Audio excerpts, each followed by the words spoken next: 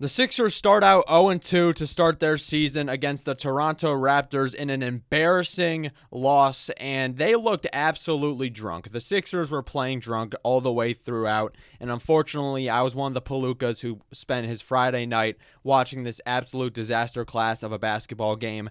The Sixers, I can't even begin to explain just how out of sorts they are looking throughout these first couple of games. And I understand you're shaking off the rust and all of this, but you're losing to a depleted Raptors roster without Emmanuel Quickley or RJ Barrett, and they're down a couple of other guys as well. And they let their rookies, Battle, Sheed, Mogbo, guys I've never heard of, absolutely cook you, out-hustle you, and out-rebound you. The Sixers, their old issues are starting to resurface now that Joel Embiid is remaining out. They cannot rebound the basketball at all, and they're constantly getting destroyed on the boards. Andre Drummond is a welcome addition, of course. But whenever Andre Drummond goes out, the rebounding turns to crap. We are putting Gershon Yabusele and KJ Martin as our center in some of these rotations. And I just can't understand that decision from Nick Nurse. How are you going to play guys so small against a Raptors team that is young and hungry and has some really big guys like Jakob Poeltl and Mogbo? They absolutely destroyed you on the glass and were thriving off those second chance points and those fouls. Speaking of those fouls, don't even get me started on the amount of whistles that were blown during this game. And I'm not going to complain about the rest because this was not their fault at all. All of these fouls were honestly really legit, and the Sixers need to be much more disciplined on that end of the floor. It's game 2. I understand that you're shaking off the rust and everything, but it was just absolutely inexcusable to lose to this Raptors team that is much more inexperienced and much less talented than you are. I thought they were going to roll in tonight and really put on, a solid performance after a loss to the Bucks and have some fire lit under them after being embarrassed at home.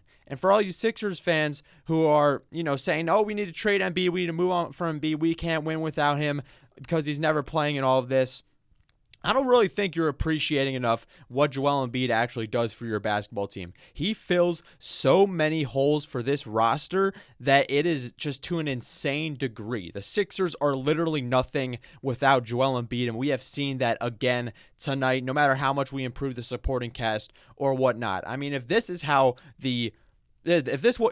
the product is against a trash Toronto Raptors team that is trying to tank but absolutely just demolished you, then what is it going to look like on Sunday against the Indiana Pacers, a team that went to the conference finals last year in a potential playoff matchup? It's not going to look good because the Sixers, they were coming out sluggish and had yet another disastrous shooting performance.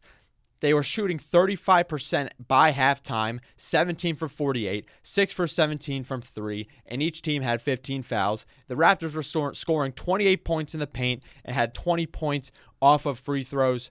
It was just so frustrating, honestly, seeing these issues resurface again and again. At one point, there was a triple guard lineup with McCain, Eric Gordon, and Kyle Lowry. And everyone's trashing Kyle Lowry and stuff, but honestly, I thought he just played solid this game. He had 14 or so points, was shooting well from 3 and all of that. He played only 29 minutes. He wasn't playing the entire game. And this is the thing about this life with the Sixers without Joel Embiid.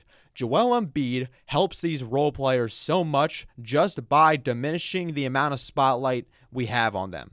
Because when Joel Embiid is on the court and he's doing his isolation, when he's getting in his bag and all of that, and when he's working off of Tyrese Maxey and Paul George, these role players, they just have to stick to what they are best at. They don't have to go out of the range of their skill set. But when Joel Embiid is out, when your stars are out and Maxey's not shooting well, and geez, don't get me started on Maxey, man. Like, he's definitely struggling for sure. A lot of isolation. He just does not really seem comfortable out there. But hey, it's game 2. Really nothing too much to stress about. But just about these role players, yeah, it makes sense that we should get frustrated with them because we should not expect them to really do much outside of compliment our stars. But when our stars are not playing, we put them on a much bigger spotlight, and they have to do so much more. And that's the thing that is really frustrating about the Sixers team is that they are just not going to be able to build the necessary chemistry, I believe, to really succeed in the playoffs. At least at how things are going at this current moment. The Sixers are not going to be able to build, the amount of trust and communication, just getting out there, running together and running plays together and all of that to really build just a coherent unit where everyone can thrive.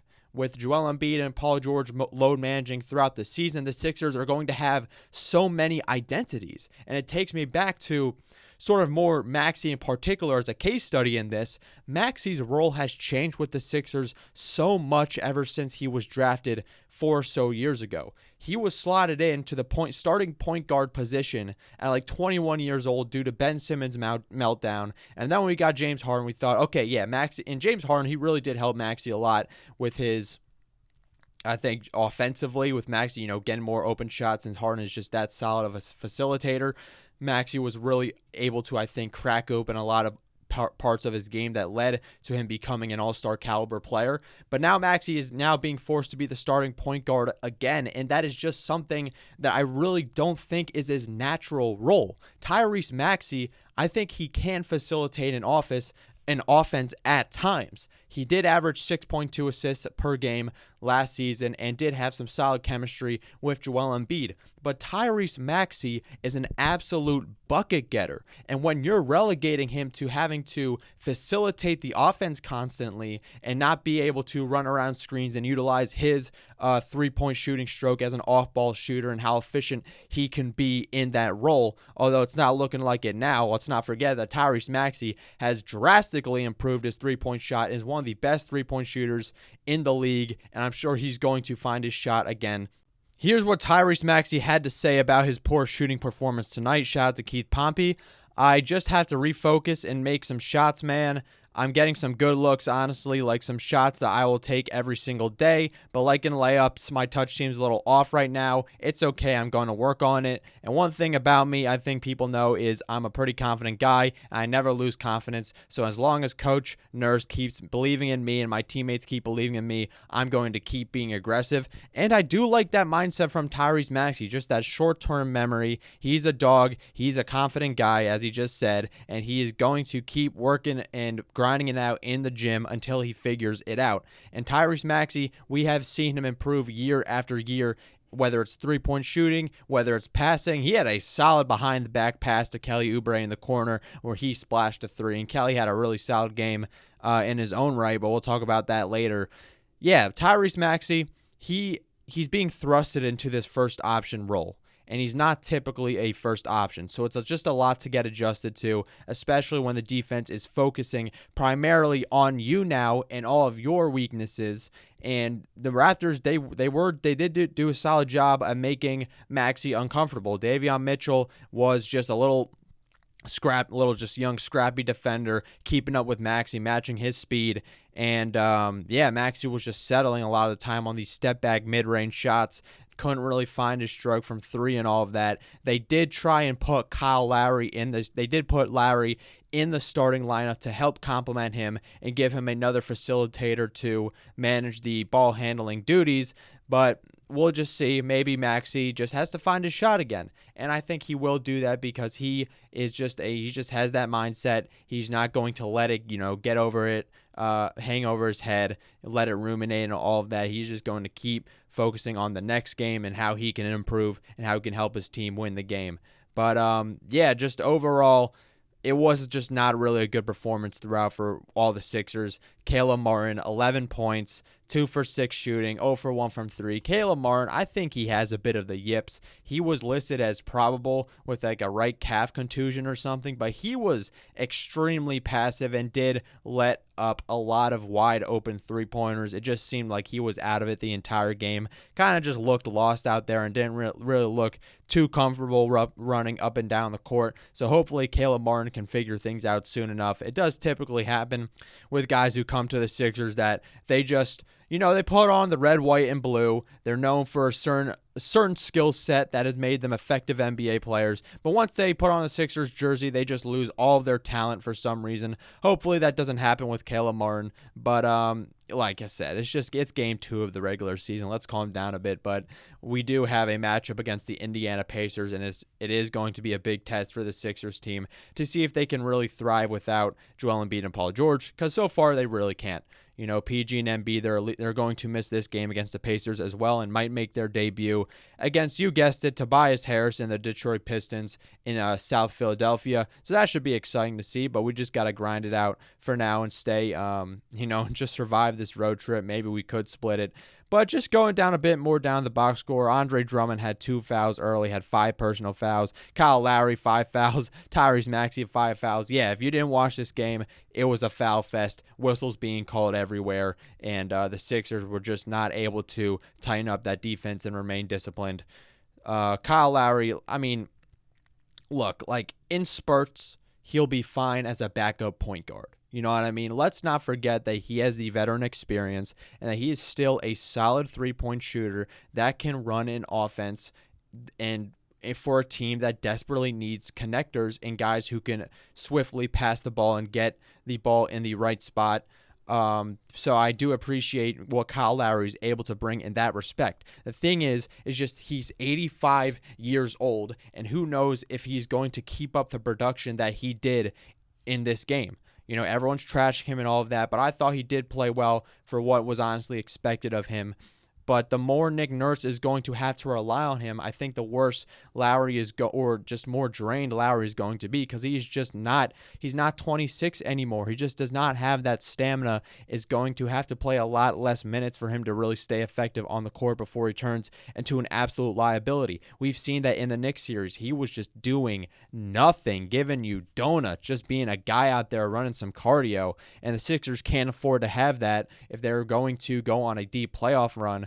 But I'm fine with Lowry as the backup point guard for now. I think there's still a lot I think Daryl Morey can do to improve this roster, especially with the backcourt. It was an interesting aspect. You got Reggie Jackson, you got Jared McCain. Jared McCain's super young and all of that. Didn't get much run tonight. Reggie Jackson, I think he just looks absolutely cooked. Maybe he's just still getting conditioned. I think it might be just a little too early to tell and make these judgments on these guys. But yeah, Kelly 9 for 17. It was good for him to find his 3-point stroke a bit. It's always a bonus when Kelly is shooting well from 3. He's one of the streakiest shooters I know, and it is cool that he is really going just his mentality of just barreling to the rim and absorbing so much contact and just going at these defenders is a really valuable part of his game, because when the Sixers offense gets stagnant, you could always rely on Kelly Oubre just to sometimes take things into his own hands and create some offense. When 7 for 8 from the free throw line, had Yabusele. I just don't think he could be your center, man. I think he's just a backup power forward who can provide some solid minutes. He's built like a Mack truck. I think he can be utilized in certain ways, but it can't be as your primary rim protector. He's just way too small, in the NBA. It's just way too big for him to be playing a position like that. The Sixers were out-rebounded by the Raptors 54-28, and the Raptors had 18 offensive rebounds as opposed to the Sixers' 10, and this game was defined really by the charity stripe throughout. A lot of free throws being shot, and the Raptors, they were able to convert on most of them. The Sixers actually shot 7 more free throws than the Raptors did, but they were not really able to make much, and as you can see by the final score, 115-107, the Sixers did make a bit of a run by the end of the fourth quarter. By 9 minutes left in the fourth quarter, they were down like 20 or so, but they were rallying. They were making a rally. Kelly Oubre was waking up and splashing some threes and all of that. They could have pulled it under the Raptors, but no, they just did not. They were not able to. Did not. Just ran out of gas at the wrong time, and they got hot at the wrong time too. If they could have done that earlier within the game and established themselves a bit more of a lead, who knows what could have gone differently. But Andre Drummond getting those 2 fouls early on really did set the tone for how the rest of the game would go. Although he did not have a good shooting performance, 4 for 11 from the field, 3 for 8 from the free throw line. That is just not good. I appreciate what Andre Drummond does in the sense that he provides so much pressure on the glass, a pressure the Sixers have not had in years. Just his ability to gobble up rebounds and how the ball just gravitates towards him and how he gravitates towards the ball. It's just a perfect connection. It just feels so natural, like it was what Andre Drummond was born to do, just gobble up rebounds and help the 76ers fix their rebounding issue. But unfortunately, when he's not on the court and all that, he's not able to do that, so he does need to do a better job of fouling less and maybe, have some improvement at the free throw line. We did not get any Andre Drummond three-pointers, unfortunately, either. But a aspect of his game, too, that I really did enjoy was his agility, honestly, with his ability to pick off the ball and really get his hands in the passing lanes and all of that. Andre Drummond really does have some solid reflexes with his reach and how he's able to just keep his eye on the ball and swipe the ball out of the player's hand, which is a lot easier said than done. He did have a couple reach-in fouls and all of that, but overall he did save the Sixers a couple of possessions and prevented the Raptors from getting some easy baskets to the rim by just getting his hands in there, getting his hands on the ball, swiping the ball out of his hands out of bounds, reset the possession. So Drummond, I think that is something he could really definitely provide on that end of the court defensively. Just he's a decent rim protector as well, but when he's just not playing, the Sixers really don't have many options to go to, especially when you have Joel Embiid out. So hopefully the Sixers may possibly split this game against the Indiana Pacers tomorrow. Hopefully I'll be working the live stream again. I had to delete it last time because things were just not really working out with the tech and all of that. I got to figure that out, so please bear with me. But I hope you guys enjoyed today's video. If you can, please like and subscribe, and I'll see you guys in the next one. Peace. Music.